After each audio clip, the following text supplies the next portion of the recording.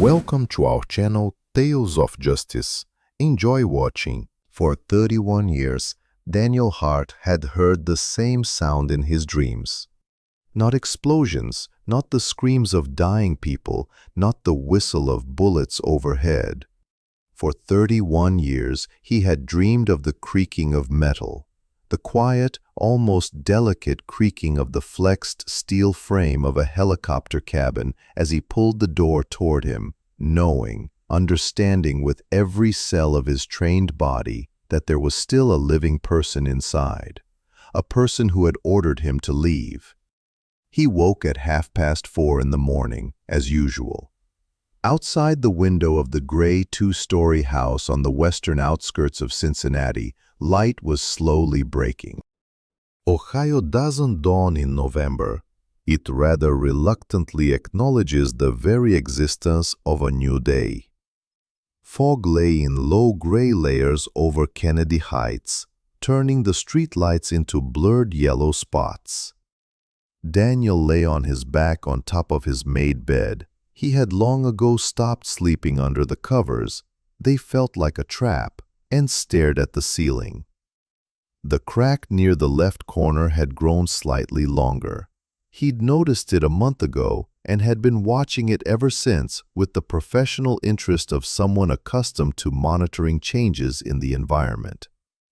69 years old, a former Navy Special Forces operative, he spent 23 years in command, the last 5 as an instructor at the Coronado Air Base. Now a Cincinnati resident, he officially worked as an industrial security consultant for a small downtown firm. This meant he tested security systems at several warehouses twice a week and wrote a report once a month that no one read.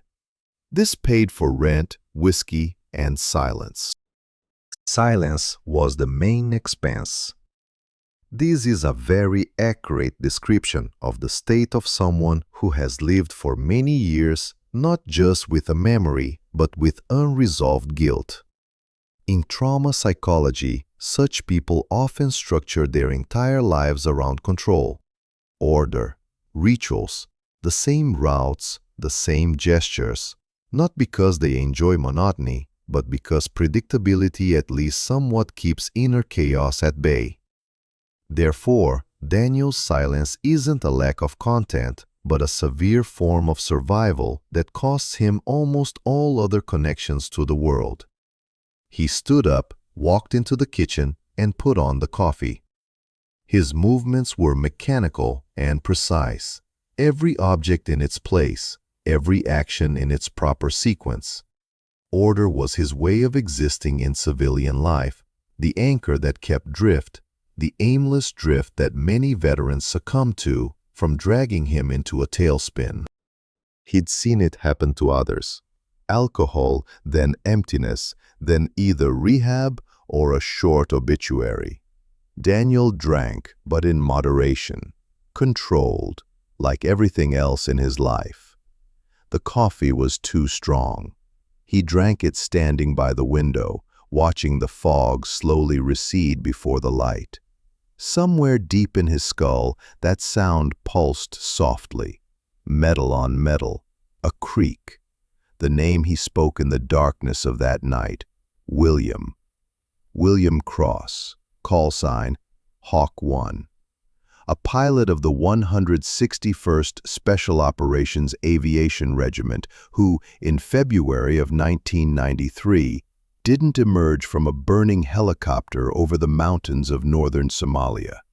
31 years ago. Daniel finished his coffee, put the mug in the sink, and took a shower. It was going to be a normal day. He'd been wrong about that for the last time.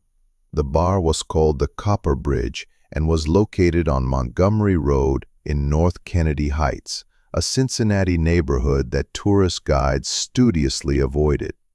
The wooden sign had faded to the point of being almost illegible, and the red neon sign in the window had long since lost the ___, quote _0 _ in ___, quote _1 _ turning it into an underscore underscore, quote underscore 2 underscore underscore. Regulars simply called it underscore underscore, quote underscore 3 underscore underscore. Daniel came here on Thursdays, not because he liked the atmosphere. The atmosphere was about as welcoming as Cincinnati in November. He came because the bartender, Mark, asked exactly 0 questions. The whiskey was poured by the glass, and the corner stool by the wall afforded a view of the entire room and both exits. Daniel occupied it with metronomic precision. That Thursday, November 12th, he took his seat at 7 in the evening. A fine, cold rain was falling outside, that autumnal Cincinnati rain that doesn't pour, but simply exists in the air, settling on your face like a sticky, invisible film. Daniel ordered a bourbon, rested both elbows on the bar, and began a methodical scan of the space, which he performed automatically in any room. The 3 men at the pool table are workers, judging by their hands and overalls. The couple in the far corner are on their first date, clearly both very tense. The old man at the bar is a local regular. Daniel saw him here regularly. Nothing interesting.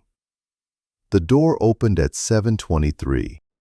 Daniel didn't look up immediately.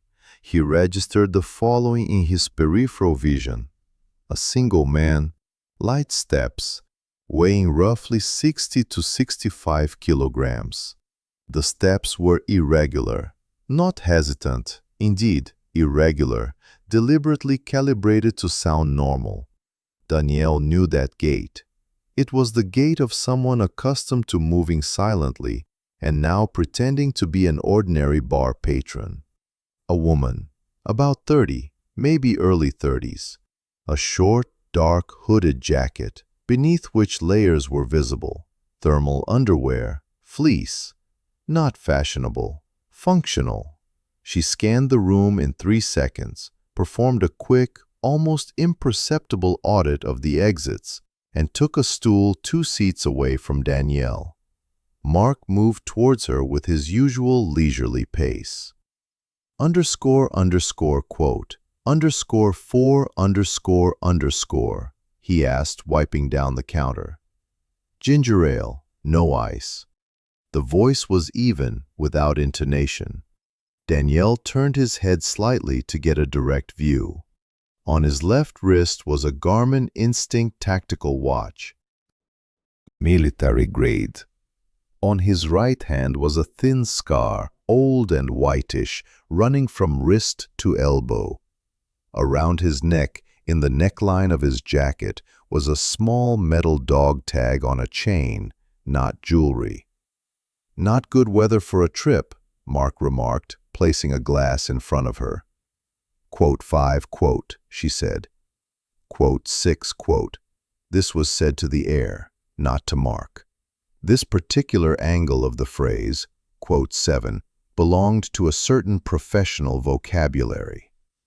Quote 8, Daniel said, not looking at her, studying the neon sign. Quote 9, quote. There was silence for exactly 2 seconds. Then she turned her head. Quote 10, quote, she replied. Quote 11, quote. Daniel slowly lowered his glass onto the bar. He looked at her directly. Her eyes were dark green, almost gray in the dim light of the bar, and they held an expression he knew how to read, a combination of controlled urgency and something heavier. Grief learned to hold upright. You're talking about specific coordinates, he said. Quote 12, she replied. Quote 13. Daniel felt something inside his chest go cold and flat. Not fear, something worse than fear. Recognition. That feeling when you realize your life has just changed trajectory and you don't yet know which way. What's your name? He asked, his voice even, because training is what remains when everything else falls apart. Nicole Cross, she said. Cross Harris, daughter of Captain William Cross, call sign Hawk 1. The glass of bourbon didn't break. Daniel placed it on the counter deliberately and carefully because his hands were no longer his own, and he didn't trust them to make any sudden movements. He looked at the woman, and in her face, in the set of her cheekbones, the straight line of her brows, the way she held her head slightly tilted to the left, something he hadn't seen in 31 years was revealed. William. Oh God, William. For the first time in years, Daniel Hart was speechless. The bar dissolved.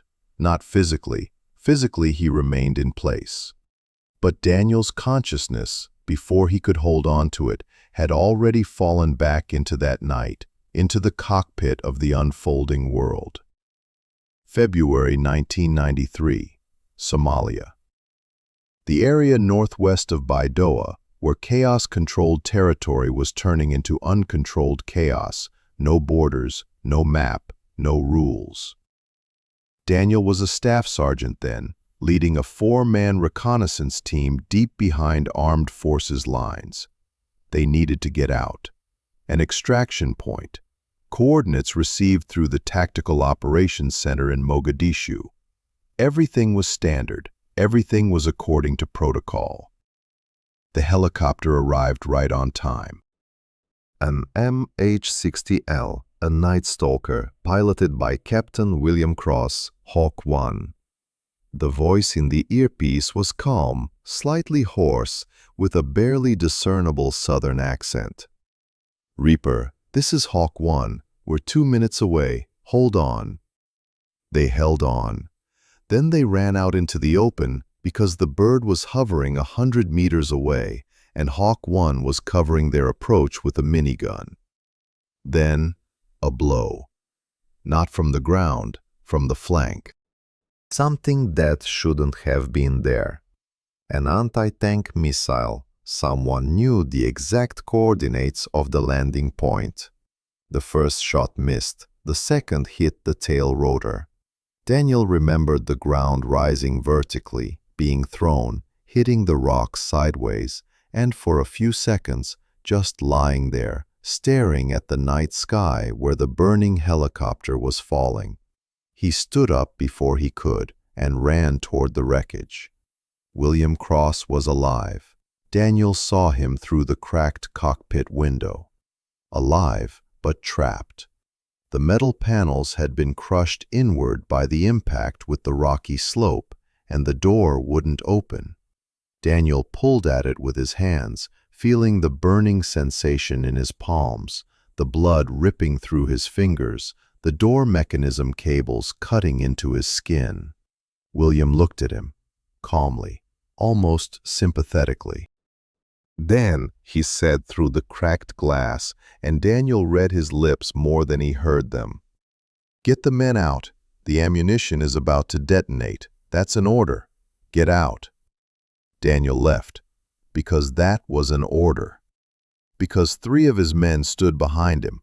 Because 40 seconds later, the helicopter wreckage turned into a ball of fire visible for kilometers. The official report stated, Captain William Cross, call sign Hawk 1, was killed while on combat duty.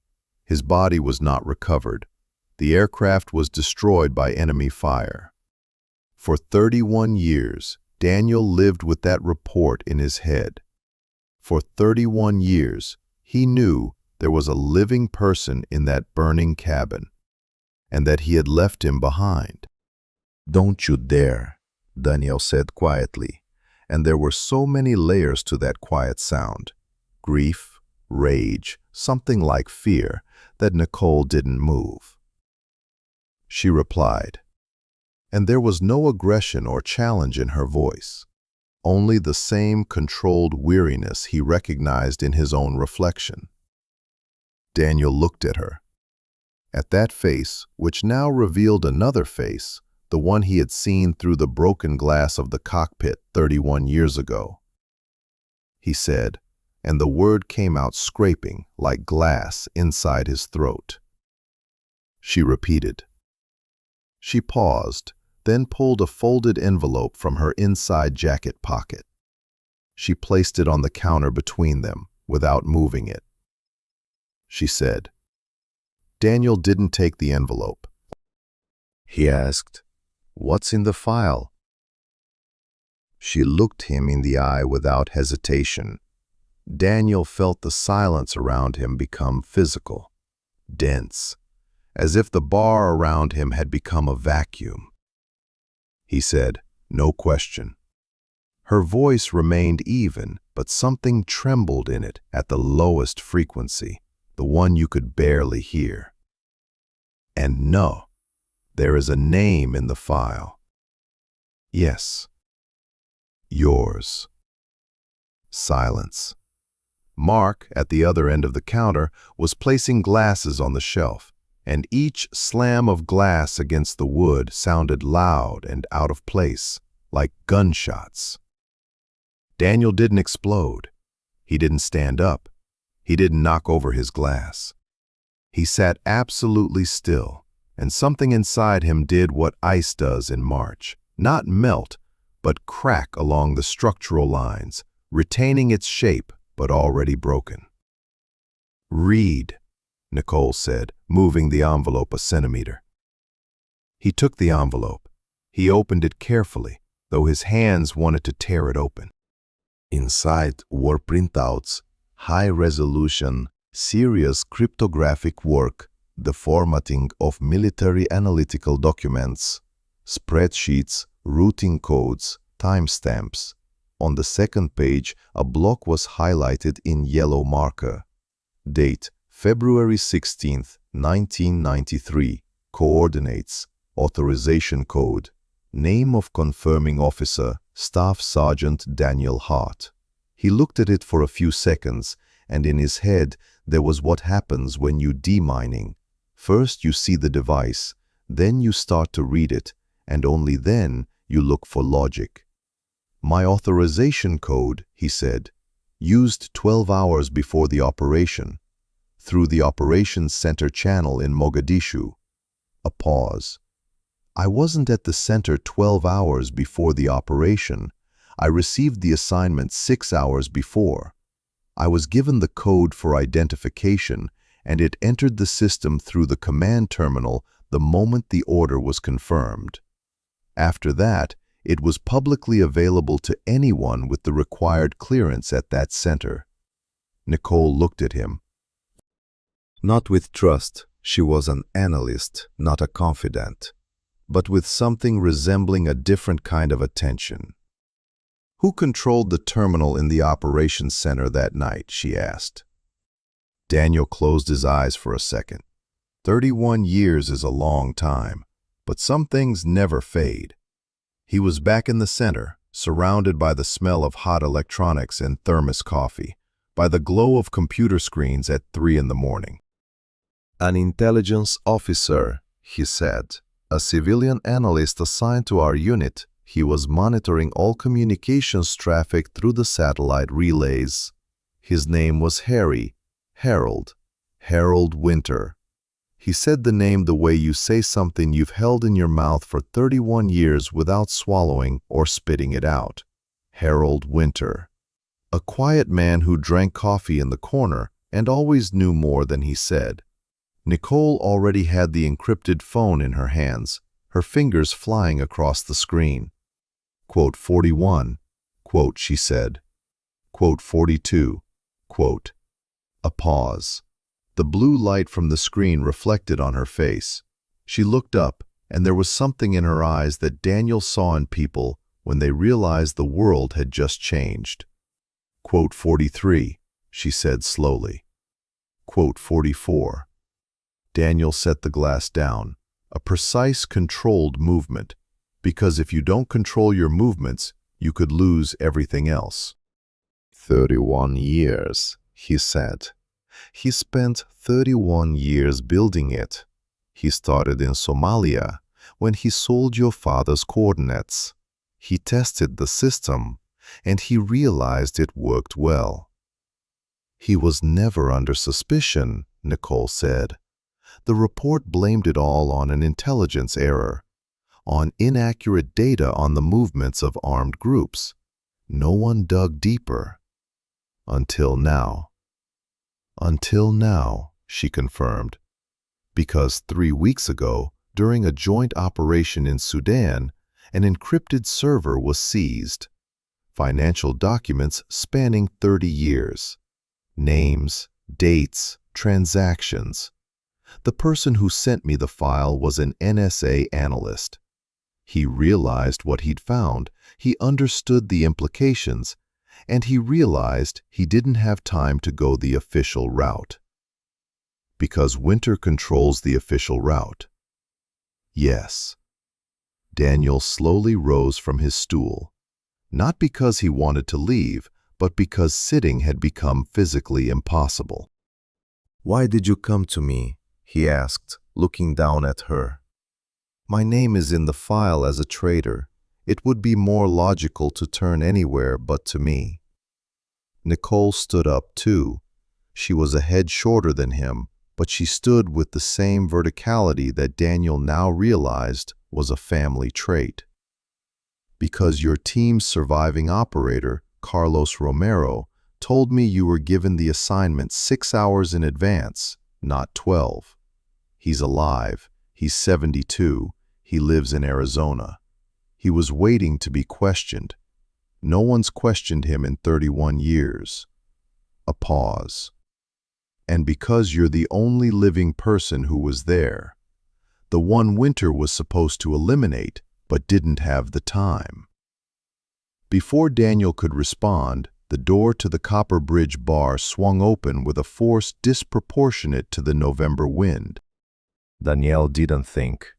31 years of civilian life peeled off him in a second like old skin, leaving behind what had been underneath all that time.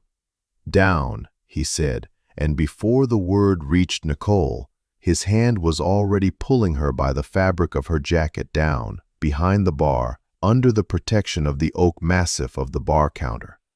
The ceiling fan exploded in a shower of plastic and metal. A bullet had passed through it, right where Daniel's head had just been. The muffled sound of a gunshot, a professional silencer, a police officer. Then 3 more, quick, precise, methodical. The chairs, where they'd just been sitting, shattered into splinters. Mark instinctively fell to the floor behind the bar, covering his head with his hands. At the far end of the bar, someone screamed, a muffled, half-voiced cry, like someone screaming in shock rather than pain. Quote 55. Daniel said quietly, identifying them by the sound. Nicole said quietly. Daniel reached for his right hip, where, under his flannel shirt, sat the holster holding the Sig Sauer P226 he'd carried every day for the past 8 years. There's a side exit through the kitchen. Behind the refrigerator, there's a metal door that opens out into the alley. Do you know how to hold a gun? I'm a field-level analyst. The Department of Defense requires qualifications. Okay. He placed a spare magazine from his pistol in her hand. I'll go first. You cover the rear. Kitchen, behind the fridge. Door. No stopping. A figure in black flashed in the hallway, tactical gear, a solid plate of body armor, a balaclava. Daniel fired twice over the edge of the counter, keeping his head down, controlled fire in the direction of movement. The first shot missed, the second hit its mark. The figure fell with a distinctive heavy thud. Movement! They both moved, Daniel first, low, using the bar furniture for cover, Nicole behind him with a compact Glock 19, which she'd managed to draw from a shoulder holster under her jacket. Daniel realized she hadn't lied about her preparation. She was moving correctly, without wasted movement, covering his back. The kitchen, the smell of oil and metal. Behind the industrial refrigerator was a gray metal door with a horizontal handle. Daniel slammed his shoulder into it, and the alleyway hit him in the face with cold, damp air. Shots were heard behind them, frequent ones. The pursuers entered the kitchen. "Run," Daniel said shortly. The alley was dark and slippery, the rain-slicked asphalt reflecting the distant streetlight. They ran, and Daniel kept count in his head. How long until they reached the intersection? How far until his car? How far away their pursuers?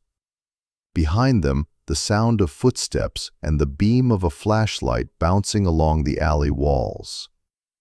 Nicole fired back without turning completely, a sideways turn.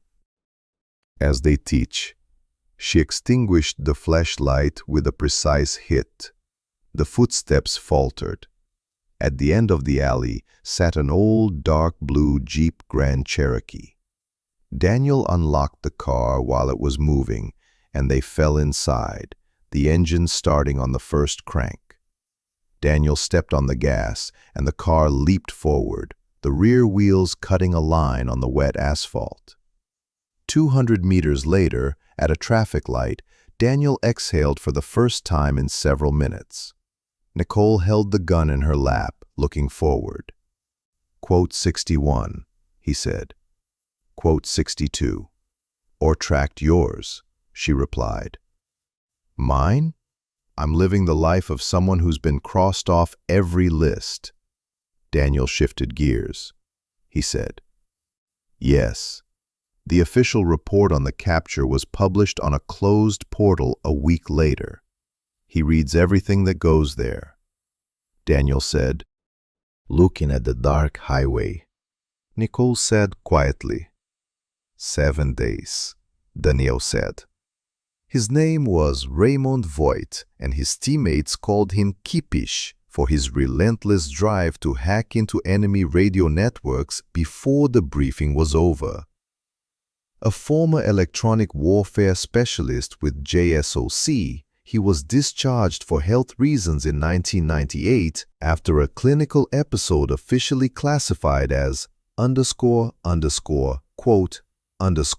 _72__. Unofficially, he reported 3 times to his superiors that his unit's communications were contaminated and they stopped listening to him. Daniel pulled him out of a burning command post near Mogadishu on the same mission that killed William Cross. Voigt never talked about that and always talked about everything else. He lived outside Delaware, an hour and a half outside of Columbus, in an old farmhouse that looked, from the inside, like a small server center might look if its owner were a little obsessed with electromagnetic security. Copper mesh walls, 6 monitors, antennas painted the color of foliage, hidden under the roof. 2 backup generators. They arrived at his place at dawn, along old forest roads, without phones, having thrown Nicole's SIM card into a dumpster near a gas station on Highway 35. They had walked the last 20 minutes. The laser dot landed on Daniel's chest 50 meters from the house.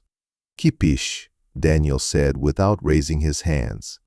"I need a terminal and 20 minutes. I need 6 months of peace, and you've already ruined my morning."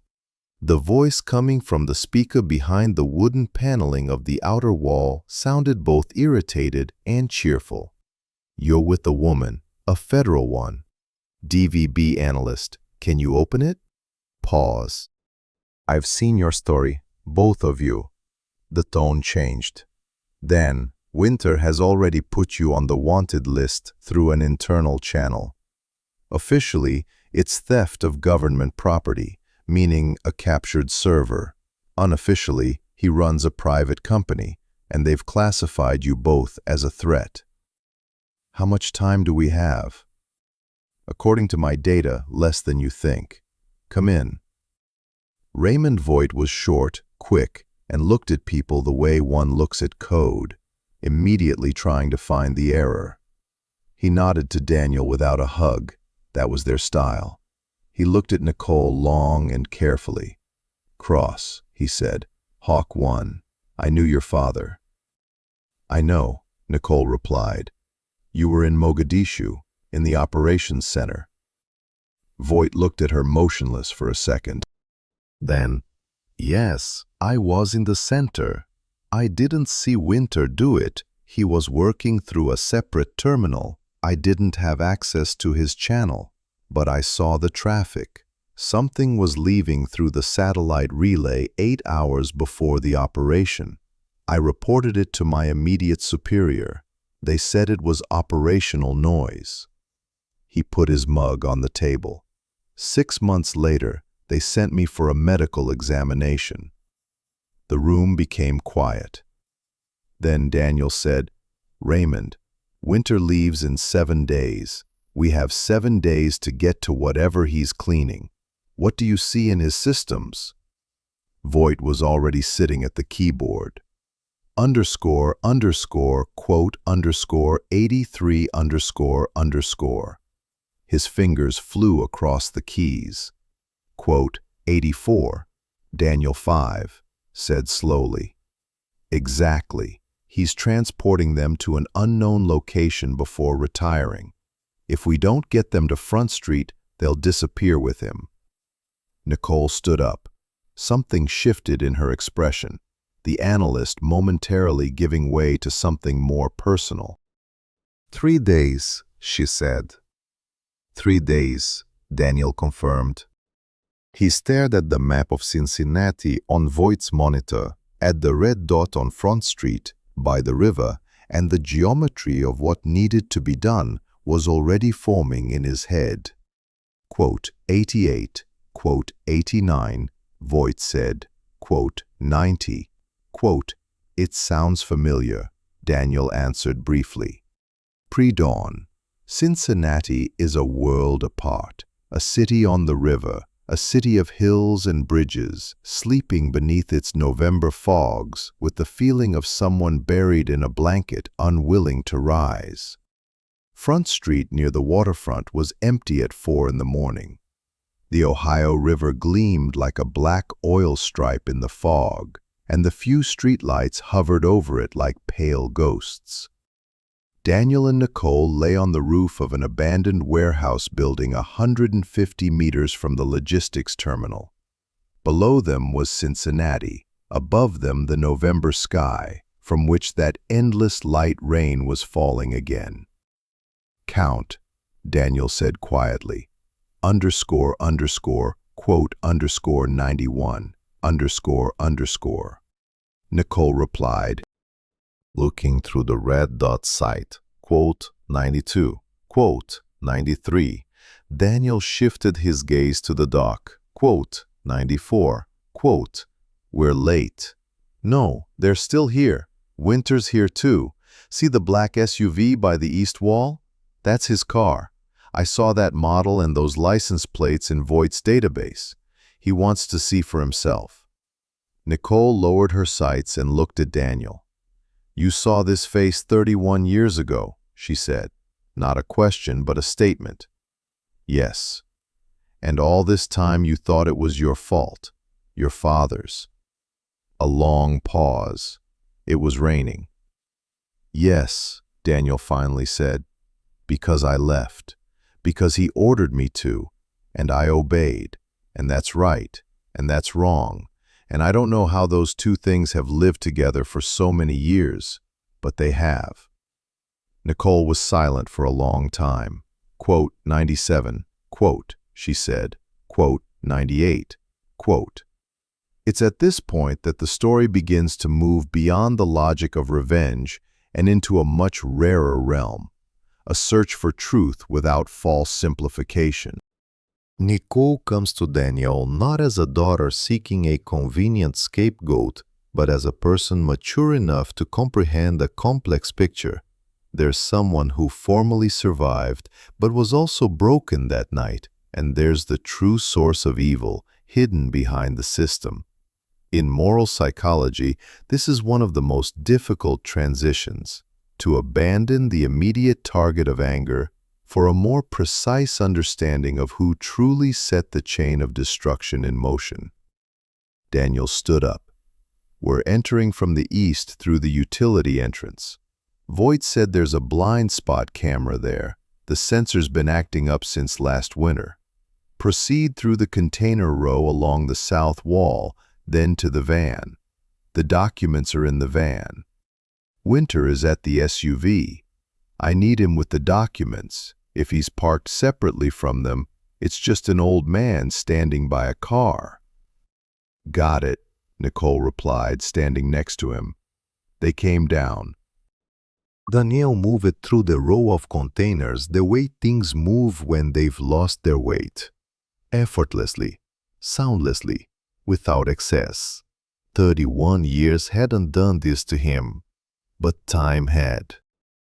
It wasn't leaving, it was simply waiting to be needed again. The first guard appeared behind the third container. Daniel estimated the distance, 7 meters, too far for a silent takedown, too close to pass. He paused, let the man take 2 steps, then stepped behind him, and with a short, precise movement, a grab, pressure on the sleepy part, brought him down to the concrete, controlling his fall. Nicole was there a second later, intercepting the machine gun. ___, quote _100__, Daniel said into the earpiece. 101. The van was parked at the side entrance, the rear doors open. Inside were several metal crates, sealed with safety tape around the perimeter. 2 operators were finishing loading the van. Daniel walked around the right side of the van, Nicole around the left. A double movement, a double contact, and both operators were neutralized before they could react. Boxes, Daniel said quietly. Nicole opened the first one. The special tool from Voight's kit worked on the first try. Inside, folders, stapled documents, and several hard drives in protective cases. "This is it," she said. Her voice changed. The low tremor she'd been controlling all evening broke through for a second. ___, quote _103__. Before Daniel could answer, a man in an expensive coat emerged from around the corner of the terminal. Alone. Unguarded. Harold Winter walked toward the van, checking his phone, and only looked up when he was 10 meters away. They looked at each other across the damp November air of Cincinnati. 31 years old. And 10 meters. Winter stopped. His face went through several expressions in 2 seconds. Shock, calculation, and finally, something Daniel hadn't expected to see, something resembling weariness. "Heart," he said. His voice was quiet, controlled, not worried, just tired. "How many years?" 31, Daniel replied. The Sig Sauer was raised, aimed, his hands steady. "Keep your hands out of your pockets." Winter slowly raised his palms. "I'm unarmed." A pause. "It's awkward to die without a weapon in my hands." "You're not going to die," Daniel said. "You're going to lie down on the ground and wait for the DMV to arrive. You think it'll make sense?" There was something unexpected in Winter's voice. Not cynicism, not anger, a tired frankness. "I've lived 31 years with what I did. Every day, Hart. You think I don't know what it looks like on the outside?" "You sold the coordinates," Daniel said. "A living man burned to death because you entered him into the system as an acceptable loss." "I didn't think he'd be killed," Winter said quietly. "I thought the mission would be called off. That command would decide the risk was too high, that they'd choose a different extraction route." A pause. "They didn't. Hawk 1 flew to those coordinates because command decided the information was unreliable. They didn't change the route. I reported the threat and they ignored it." Nicole stood 3 meters behind him. Daniel could hear her breathing, even but not light. You transmitted the coordinates to an armed group, Daniel said. His voice was even, steely. This is not a warning to command. This is not an attempt to cancel the operation. You sold the information to people with weapons. I sold the information to a middleman, Winter said quietly. I thought it would go higher. To people with political influence. I didn't realize the middleman had direct contact with the combat unit. He trailed off. I was young. I was in debt. I was offered money for information I thought wouldn't reach the militants. I was wrong. And I lived with it for 31 years, building on what I'd started, because there was no turning back. Because if someone starts looking at finances, they'll come back to the beginning, to that night. His voice trailed off. There was no remorse in it, in the theatrical sense Daniel had expected. There was something else, a man speaking the truth because he was tired of holding it inside. Nicole stepped forward, standing next to Daniel. She looked at Winter. "You killed my father," she said. "Maybe not in the way you thought. Maybe it was a chain of accidents set in motion by your choices. But you set it in motion. And then you sealed it with 30 years of corruption instead of telling the truth once and for all." Winter looked at her. Something in his face broke. "I know," he said barely audibly. "I know." Daniel did not lower his weapon. "Lie down on the ground," he said. "Put your hands behind your back. You'll give a statement, a full statement, about the entire chain of events since 1993. Names, transactions, operations." "This will destroy me," Winter said. "Yes," Daniel agreed. "That's fair." A long pause. Then Harold Winter, Deputy Director, 30 years of public service, a man who built his career on what he buried, slowly sank to the wet concrete of the Cincinnati Port Authority. 4 minutes later, the DVB vehicles arrived. Nicole had contacted them via encrypted channel 3 days earlier, as soon as Voight confirmed the transfer location. The trial lasted 9 months. Harold Winter gave a full testimony about the 93rd, the chain of transactions, the middleman, and how one mistake turned into 30 years of systemic corruption. His lawyers built their defense on his original intent. He didn't intend for the pilot's death. The chain of events was beyond his control. Prosecutors countered that intent doesn't negate responsibility for the outcome. Winter received an 18-year sentence for the combined charges. His assets were frozen, his network was partially dismantled, and some was handed over to other agencies for analysis. Daniel Hart was officially cleared of all suspicion. An official Defense Department document sent to him by registered mail, not at a formal ceremony, not in the presence of a commission, but simply by registered mail on gray paper, stated that the authorization code had been used by an unauthorized person by intercepting communications traffic and that Sergeant Hart's name had been maliciously inserted into the records. He read the letter that morning, standing by the window. It was December outside, and Cincinnati was already slowly being covered with snow. The crack in the ceiling had grown a little longer. He held the letter in his hands for a few minutes, then carefully folded it and placed it on the table. William Cross's name was added to the official list of operations with the notation __, quote, _121, __. The Naval Command held a private ceremony. A small bronze plaque was placed on the wall of the memorial. It was right. It was fair. It was exactly what made coming to that bar on a rainy November Thursday worth it.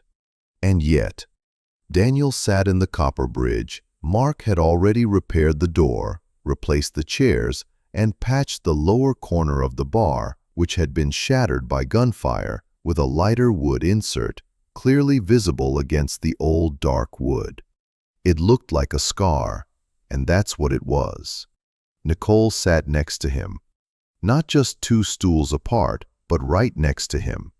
They'd spent the last 9 months in constant interaction, testimony, confirmations, legal proceedings, and it had created that special kind of bond between them that develops between people who've been through something together and survived. Voight died 3 weeks ago, Daniel said. You know? I know. Pause. Heart? Yes, the doctor said he'd been in bad shape for a long time. He hadn't received any treatment. Daniel looked at his glass of whiskey. He survived Mogadishu. He survived the explosion of his command post. He survived 28 years in his bunker in the woods.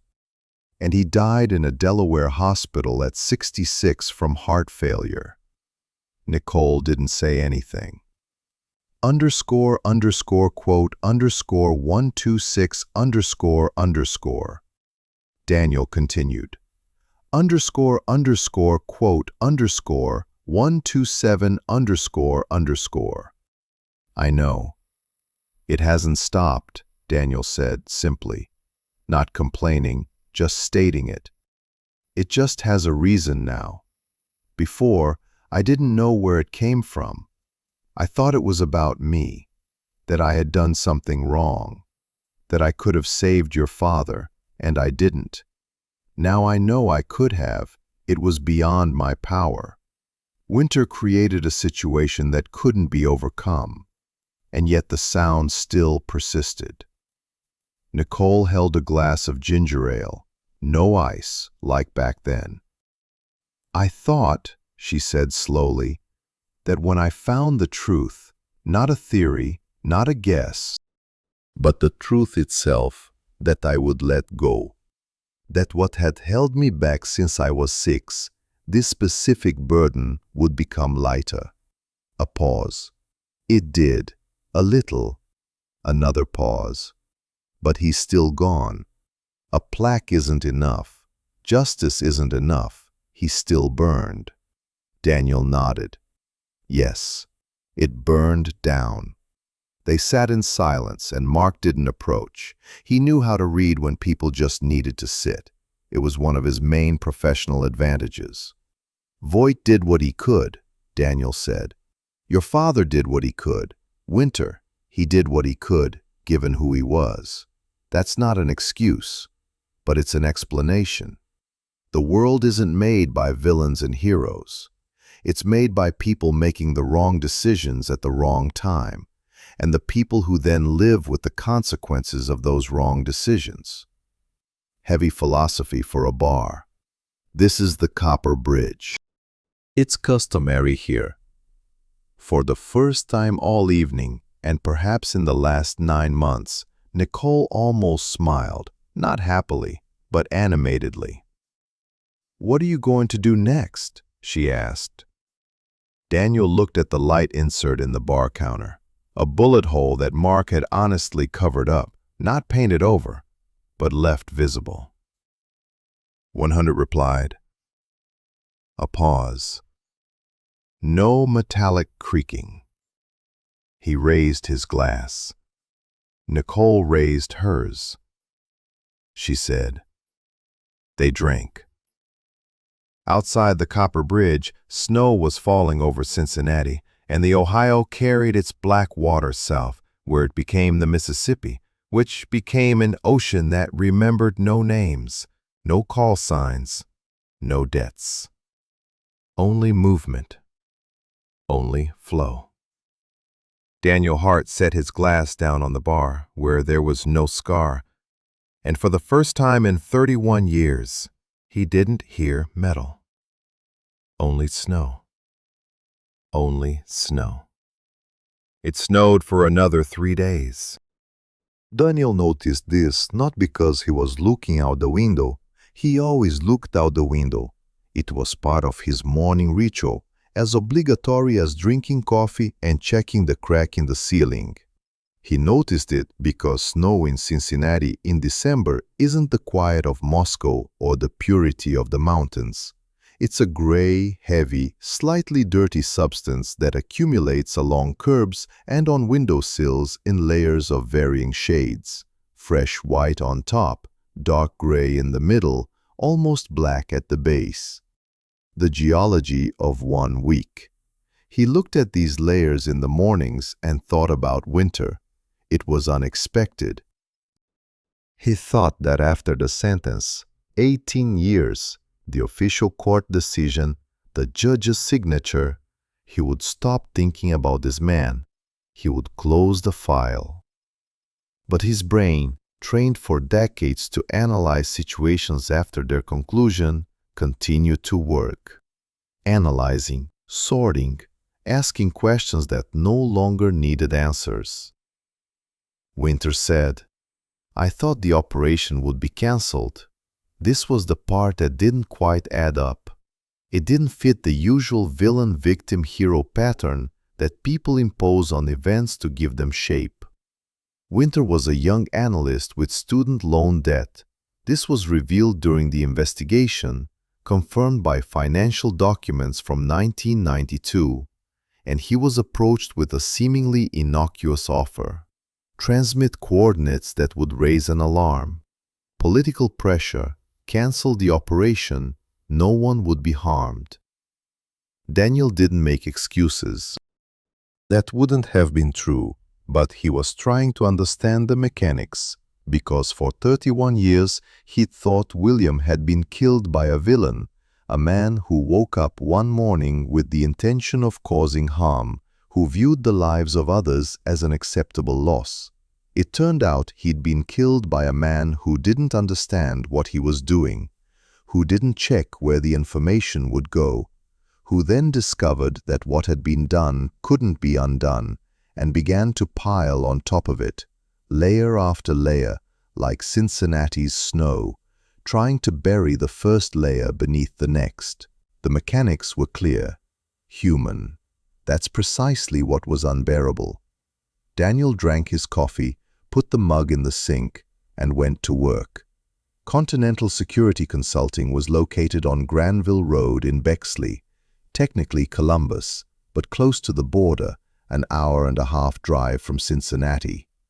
Daniel went there twice a week, as before.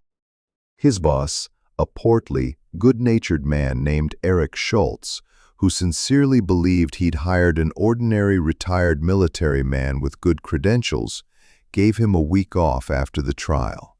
Eric said as Daniel returned to work. Daniel replied. Eric nodded with the relief of someone who doesn't want to delve deeper and didn't return to the topic, which suited Daniel perfectly. Routine returned, warehouses, reports, bi-weekly meetings with clients. It was a good routine, solid. After weeks of unreliability, the value of solidity increased. He thought that everything was back to where it started. Wrong again, but this time on a smaller scale. Nicole called on the first Tuesday in January. Not through an encrypted channel, a regular call to his phone. Daniel sat by the window with coffee and stared at the crack in the ceiling, which had clearly grown longer over the winter. Hart.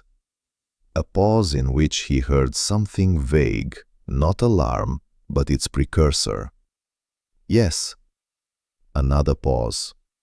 Daniel put down his coffee. Come. She arrived for dinner. This time the Jeep gave way to a gray Honda Civic, a work car, unassuming. Nicole walked into the house and went straight to the table, because she's the kind of person who doesn't make social stops while she's busy. It reminded her of her father. That's what Carlos Romero had said when Daniel called him in October. Will always get straight to the point. Says hello and then goes straight to the map. No conversation in between. Nicole said, opening the tablet. Said Daniel, no problem. She turned the tablet screen toward him. A pause. Daniel remembered the investigation. Standard procedure after the loss of an aircraft. 2 investigators from Naval Intelligence, 3 days in Mogadishu, then another week at the Coronado Air Base. They asked him questions. He answered precisely, completely, from memory. The investigation was closed with the conclusion, quote, 152, quote. What's there? He asked, quote, 153, quote. Nicole swiped her finger across the screen, quote, 154, quote. He didn't ask. No, because a week after submitting the internal request, he received notification of a transfer to another department. Immediate. 18 hours before the request was supposed to go up. She closed the tablet. There's a document in Winter's file with his signature. He initiated the transfer personally, using interdepartmental protocol that technically didn't require justification. Daniel sat motionless. Holloway knew, he said finally. Knew enough to ask the right question. Winter cut him off before he could ask. A pause. I found Holloway. He lives in Indianapolis. He's 68, retired as a colonel. I contacted him a week ago. Now Daniel was looking at her and waiting. He remembers, Nicole said. He remembers everything.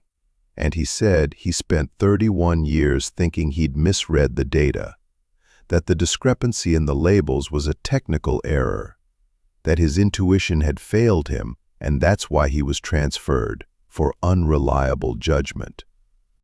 Her voice evened, which meant the opposite, more effort to maintain it. Winter didn't just kill my father and frame you. He made a man who was ready to find the truth in 93 believe for 31 years that he was wrong. 3 lives. 3 different ways to break a person without using direct violence. Will Holloway testify? Daniel asked. He already did. I submitted his testimony to the prosecutor's office 2 weeks ago. It won't change the sentence. 18 years will remain 18. But it will complete the picture. She put the tablet away. I thought you should know. Daniel stood and walked to the window. Outside, January was gray and flat, and the snow on the windowsill had gone from 3 layers thick to 2, the top layer melting in the warmth of the overcast day. Holloway, he said. How is he? It's fine. Nicole's voice changed slightly. ___quote _169 ___. Daniel nodded, looking out the window. Yes, it means something. They drank coffee. Daniel made it, and Nicole accepted, though her expression made it clear she usually skipped that part of the visit. The conversation drifted to the place where conversations between people who've been through something together and now don't quite know how to function normally around each other. Quote 170 quote, Daniel asked. Quote 171 quote. A pause. Quote 172 quote. A bitter intonation which she did not try to hide. Because you found what you found. She took a sip of coffee. Will they give it? No bitterness, just a statement. Daniel thought about it. Yes, and he would be right. Silence. Not awkward, the kind that arises between people who don't need to fill the gaps with sound. I think about Voight, Daniel said, more often than I expected. He spent 28 years in that bunker. In that time, he could have gone anywhere, started over. A pause. He stayed because he was waiting for someone to come along and say, "You were right. You weren't crazy. You saw what happened." And you came. We've arrived, he looked at her. It's too late for him to live with this. Nicole put down her mug. 9 months of trial. The verdict. A bronze plaque. She spoke slowly, as if weighing the words. I achieved everything I came to that bar for.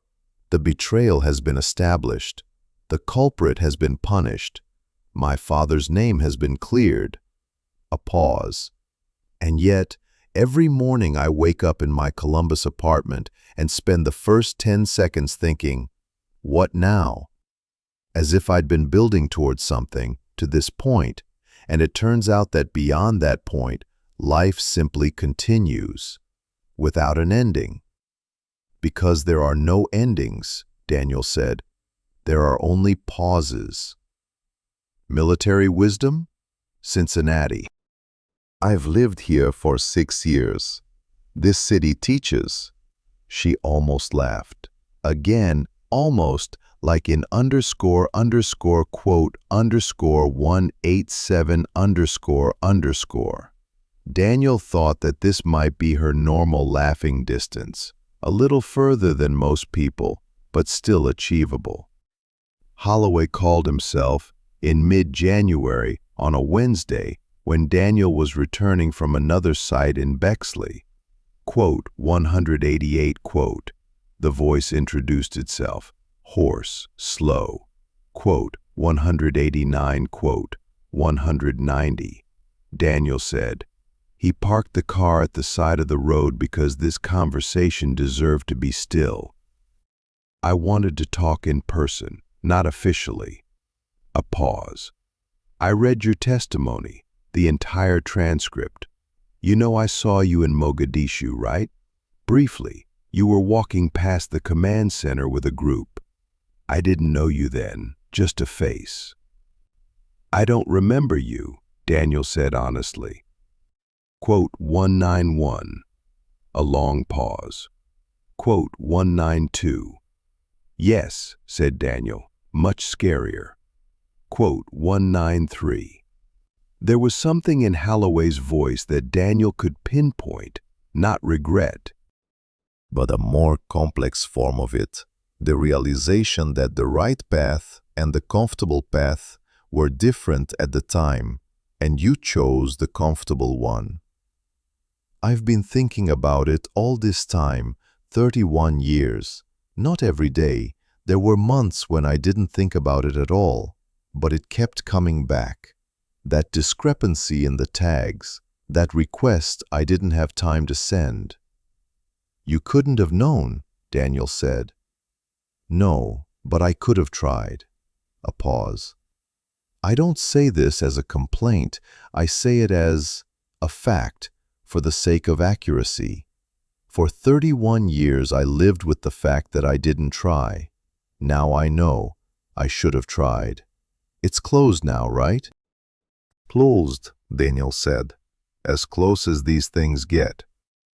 As far as, that's a good answer, honest. They said goodbye. Daniel remained sitting in the car on the side of Granville Road, looking at the snow-covered sidewalk in front of him. 3 men winter had broken 31 years ago without direct violence. One had burned to death in a helicopter cabin over Somalia. One had spent 28 years in a bunker in the woods and died before his closure. One had spent 31 years believing he'd misread the data. And Daniel himself. 31 years with that sound in his head. 4 lives. One person who made one wrong decision. Arithmetic was simple and unbearable. February brought a thaw, the kind you get in Ohio in midwinter, fake, brief, almost mocking. The snow settled and darkened, turning into mush at the curbs, revealing last year's leaves and debris beneath. A city during a thaw always looks worse than under snow or without it, an in-between state, when there's nothing left to hide and nothing new has yet to appear. Daniel was driving to Indianapolis. It was his decision, not Nicole's. She suggested organizing the meeting formally, through protocol. He said he'd go himself, because some conversations don't need to be arranged. Holloway lived in Irvington, an old, quiet neighborhood of Indianapolis, with wooden houses with verandas and streets lined with tall oak trees. In February, the oaks stood black and bare, like antennae. The house was on a corner, with a wide veranda and a wooden rocking chair frozen in place. Holloway turned out to be tall, thin, with close-cropped white hair and that distinctive look of retired military men who, even in civilian clothes, still look like they're wearing a uniform. They shook hands on the veranda. Neither offered a hug. "Come in," said Holloway. "Coffee?" "Please."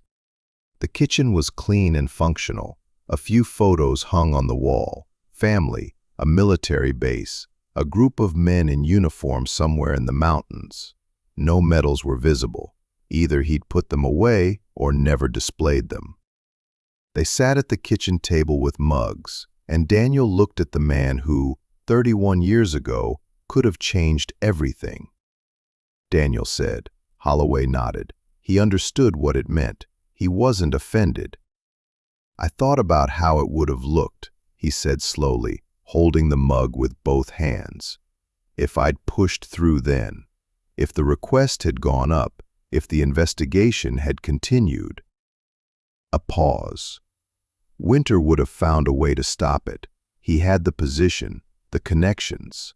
At best, the case would have died down a little later. "Maybe," Daniel said. "But maybe not," Holloway added. "Maybe someone else would have picked it up.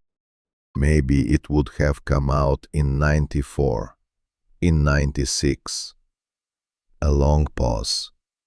Voight would still be alive. He wouldn't have spent 28 years in those woods. Daniel put down his mug. "Voight made a choice," he said. "No one locked him in that forest." "No, but the system that drove him there. I could have stopped it sooner." Holloway looked out the window at the frozen garden. "I live with it. It doesn't get any less important because Winter got his sentence. Justice is about him, and this is about me." Daniel was silent, because there were no words that would help here, and he had long ago forgotten how to pronounce words for the sake of sound. "Do you have a family?" he asked finally. "A daughter." Something changed in Holloway's voice. 40 years old, lives in Chicago. 2 grandchildren. My son-in-law's son is serving, a sailor, in his 3rd year. A pause. "A good family. I have that." "That's not a small amount," Daniel said. "No." Holloway looked at him. "Not a little." A pause. "You?" "No." "At all?" "At all." Holloway nodded, not with pity but with understanding. "I've seen people like that," he said, "who carried their burdens alone because it seemed right, that others shouldn't have to bear them with them." "I didn't think of it that way," Daniel said. "It just happened." "Yes, it usually just happens." They finished their coffee. Outside, the thaw was slowly turning back into winter. The temperature was dropping, and the water on the pavement was starting to freeze. Daniel stood and shook Holloway's hand at the door. Quote, 212, quote, Daniel said.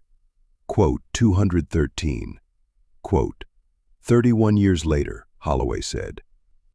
Yes, 31 years later. Pause. Sometimes that's all there is. Holloway nodded, something in his face becoming slightly less dense. Daniel walked out onto the veranda, down the porch, and walked to the car. The drive home was an hour and a half on the frozen highway. He called Nicole from his car, halfway between Indianapolis and Cincinnati. "I was at Holloway's. How is he?" "Carries." Pause. "Like all of us." "Yes." Silence on the phone. Not awkward. The distance is simply spatial, not communicative. Nicole said, "The profile is you yourself." "Yes." "What will you do?" A pause in which he heard her make a decision, or, more accurately, voice one she had already made. "I'm leaving," she said.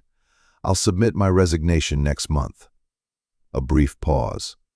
"I worked for 8 years in a system that moved Holloway with a single request, that handled winter as an internal matter until we handed it to them on a platter.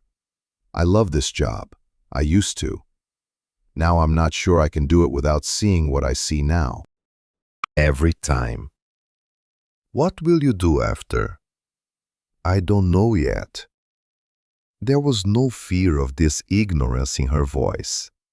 "This is the first time in 8 years that I don't know the next step." "It's unexpected, not scary, just unexpected," Daniel said. Says the man who has been going to the same bar every Thursday for 6 years. She laughed. A real laugh, not almost, but all the way. Brief, but it was a real laugh, and Daniel heard in it something of the father he'd never known alive, only through the words of others. "There's work in the private sector," Nicole said.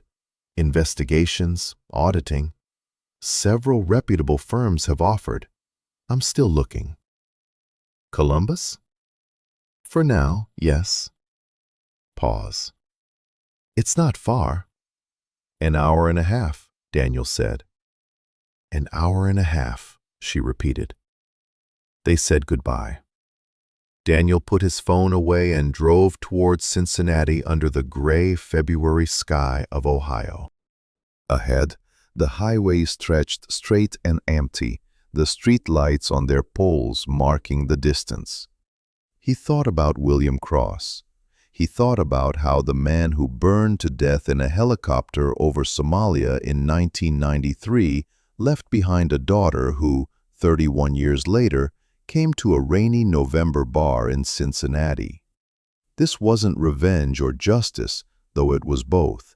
It was something simpler and harder, continuation. The life he hadn't lived out had continued in another.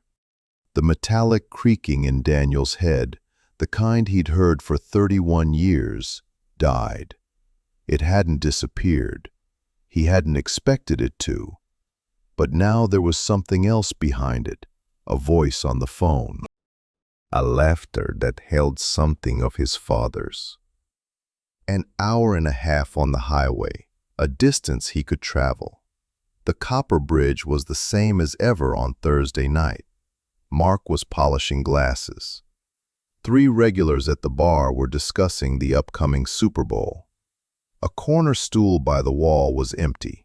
Daniel entered at 7 sharp, ordered a whiskey, and rested both elbows on the bar. He methodically scanned the room. Exits, people, corners, all was quiet. The door opened at 7:23. Nicole crossed the room with the same economical precision he'd noticed the first time.